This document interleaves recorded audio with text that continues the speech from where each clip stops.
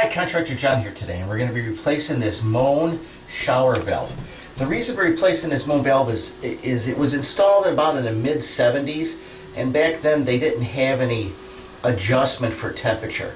And they still don't have a temperature adjustment per se, but there's a pressure adjustment. Meaning what happens is, right now when someone's taking a shower and somebody flushes the toilet or the washing machine starts, it drops the pressure on the cold water side, which allows more hot water to come through, and then you get scalded in the shower, or vice versa. So the new valves are called Posi Temp, and the Moen, that's their Posi Temp valve. And what that does is it automatically compensates for the drop in pressure on, let's say, the cold water sides, and then it drops the pressure on the hot water side and allows more cold water, even though there's less pressure, to even it out, to balance instantly, so you don't get scalded or you don't get frozen if, say, you had the washing machine on hot cycle. So we're going to be replacing this, and we'll talk about it and we'll show you things as we go along. The first thing we're going to have to do is remove the handle and the cover plate, and then go behind this, and there's a closet, cut an access hole and be able to get to the valve body. So we'll show you that in a minute or two. Here we are directly behind the shower valve. We're in a closet, and you cut a hole, a square hole, about between the studs, 14 by 14, 14 wide by 16, something like that, so you could get to the valve body. And what we're going to be doing is we're going to be cutting this pipe and then installing the new valve in here. We're going to try to just cut here and replace the valve body, but more than likely we're going to have to replace all this and come down to here. So you see, we're going to cut the copper pipe now where we've got the cutter, and we had to notch that bottom 2x4. That was just a filler for maybe a patch when they patched the drywall earlier or something, a 2x2 going across, so we had to notch it so we could pull the pipe out a little bit more because the new valve body is deeper than the current one.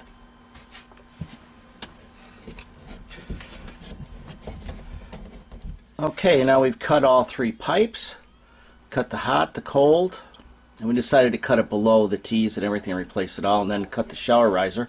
We're just going to take that out now with the whole valve body and everything. There we go. And then we can just cut those stops off at the valve and use those stops again, put the new valve body in, and we'll be set to go.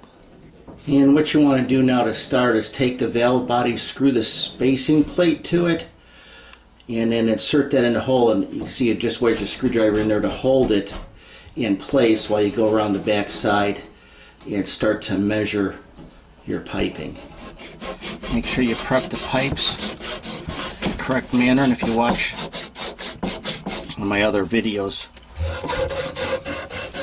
how to sweat copper, I talk all about the proper procedure to prep the pipes and to sweat the copper fittings. Alright, now we're starting to repipe this, and what I've done is I've measured from here to this pipe, and there's a little bit of flex in this pipe, so cut my piece 1.5 inches, prepped it, dry fit, no flux, and just dry fit it together, and then holding this here, measured from the coupling up to the T here, and I've got 3.5, so then just dry fit this together and get that in there, and you see we look pretty darn good. Now out of here is going to come your cushion, which we salvaged the piece from the old valve. So now we just continue on and we do the same thing here. We measure from here, and don't forget you go in the fitting, so measure from the end of the threads over to inside your T that's going to be here, and then cut that piece, and then you can do your vertical just like we did on this side, and then you'll have to do the same here, and then we'll use a slide coupling on this up here, and I'll show you that when we get to that. Alright, we've got our parts cut down here. We're going to put our two cushions on here. So we've got our dry fit here. We just got this piece to cut.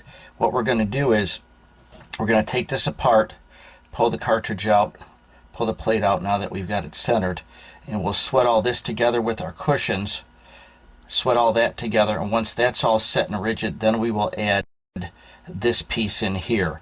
And the reason we're doing that is because this shower riser is attached at the top and we don't have any flexibility. We want to get everything tight before we put that piece in there, and we'll use that slide coupling, which I'll talk about when we get to that part. So we're good here. We're going to take it apart, take the cartridge out, flux everything up, and get this sweated with the cushions. Always want to heat the fitting up in the center. I've got these little bird blankets made of asbestos here. You just touch your solder to the pipe and you'll see when it starts to melt, then it's hot enough. And then wipe the sides of it. Again, we're heating in the middle of the fitting. Make sure you take the cartridge out of the faucet too. You can watch my other video, how to sweat copper pipe, for more details on this.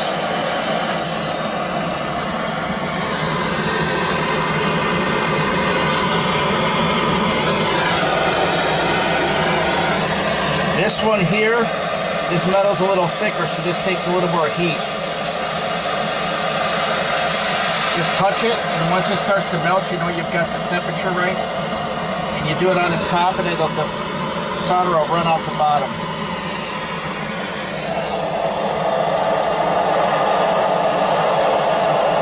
Just make sure when you're doing this that you do not, that's why I got the bird blanket there, so that I don't drop something down the wall. And although you can use propane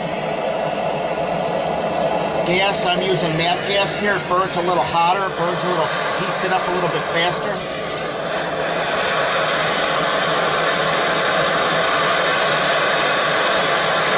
And you try not to go directly on the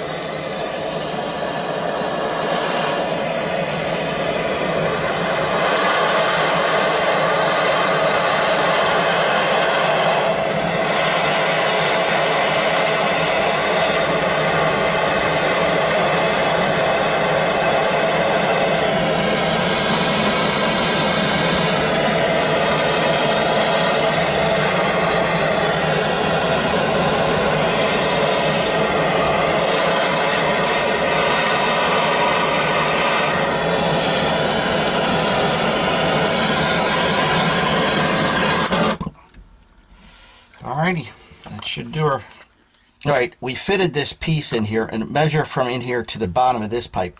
A slip coupling is a regular coupling without a stop in the middle. In a normal coupling, you put the pipe into the coupling and it stops halfway. Well, the slip coupling slips all the way up on this pipe, so you can slide that one in and slide it down. It's for use in an area when you can't move the pipes up, separate them to get the coupling and then bring them back together. In here we can't move that up, can't move this down, put the coupling on, slide it all the way up. Now what you have to do, if the camera can pick this up, is hold the coupling alongside the pipe and then put a little mark so you know how far to slide your coupling down. Don't put the mark right at the lip. Put it down a little bit so you know that distance, because if you put it right there, you're going to have material on the pipe and then the solder won't stick. So move it down a little bit. Now I know I was 3/16, quarter inch, I put the mark down, so I know that I'm centered now. So I've got enough meat or pipe inside that coupling so it will catch. So, and then it's the same as before. Start at your coupling down here. And this one's a little bit thicker, remember, so it's going to take a little more heat. And when you're doing this, the heat's going to travel up and kind of preheat that a little bit. That's why you want to start with your thickest one first, or the one closest to all your fitting. There we go. That one's done. Saw how fast that went once it started to melt. And again, just touch it. Once it starts to melt like that, you're good to go. It'll suck it right in there. And that one was a little bit sloppy, but behind the wall, nobody's ever going to see. You can always take a rag too when it's still hot like this and just twist it around once and wipe, and the joint will be much neater. So, all right, there we go. That's it. Now what we're going to do is we're let it cool 10-15 minutes, and then make sure it's warm to the touch. Put our finger inside the valve body, make sure it's cool to the touch or not hot, and then we'll put the valve body back in. First, before we do that, let me back up. Before we do that, we're going to turn the water on and just flush a little bit out to make sure we don't have any drops of solder or anything inside there. Let the water run for maybe 10-15 seconds. Then we'll shut it off, put the cartridge back in, put the clip in, and then go from there. Check for leaks. Okay? Here we are. We're going to put the cartridge in, and the hot cold insignia on the cartridge goes up.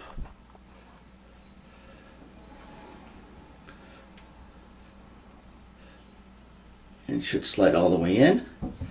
Seat, and then the little clip comes.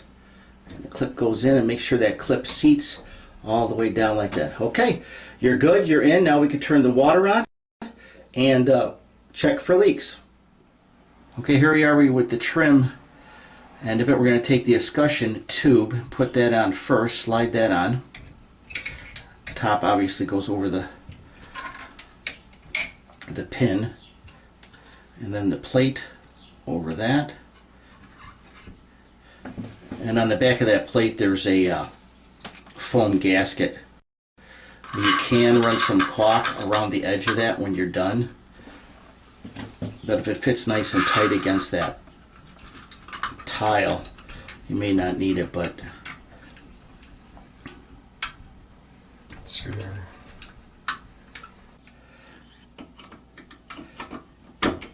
Alright, just finishing up getting the plate on.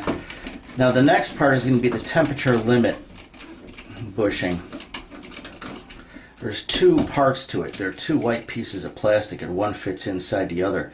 I suggest it's not overly complicated, but read your directions and see how that goes on, because there's a procedure you go through to set it, depending on groundwater temperature and the temperature in your hot water tank and everything. So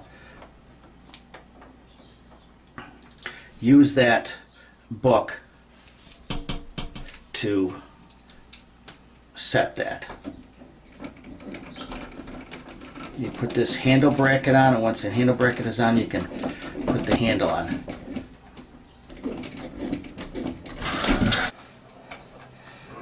Here's what not to do.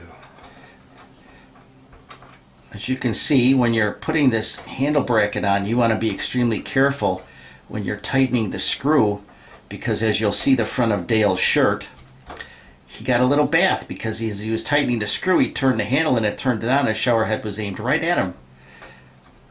Did it cool you off, Dale?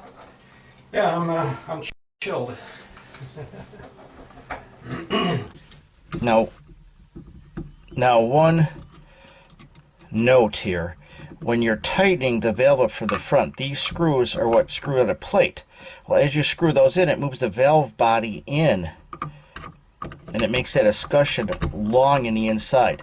Now, you could take, we're going to back those out a little bit now, and put behind this pipe here and here, like a spacer, like maybe a piece of 1/2 inch plywood or 3/4 inch plywood. Hold that valve body out this way towards the camera, and then that'll give you a little less of that escutcheon sitting into the shower area. Now normally you could take some brackets right here and bracket back to here or something, but we had to cut this out to be able to move it to get the cutter in there, so we're not going to be able to do that, but this way will work just fine. Just a little bit of spacer here. Just take note that you got some flexibility to go this way and that way with that valve body. You can see what we did is we just took two small pieces of blocking, put those behind there, and then tightened those screws up. Then retighten those screws up, and that held the valve body back enough and made it look better appearance-wise. The escutcheon, that the throat of the tube or whatever, the valve body wasn't sticking so far in the shower. Just looks much better now. Alright, we've just completed the installation of our Moen shower valve. We've actually installed a Moen Adler in chrome, and they give you two different handles, and the customer chose this handle versus the acrylic one. The cost of this valve was under $100 at Home Depot, in the $70 to $80 range. So pretty economical, and it solved the problem that they were having. We've already tested it, and everything works fine just the way they wanted it to. So this is Contractor John. If you have any comments or questions, please visit contractorjohn.com. Have a blessed day.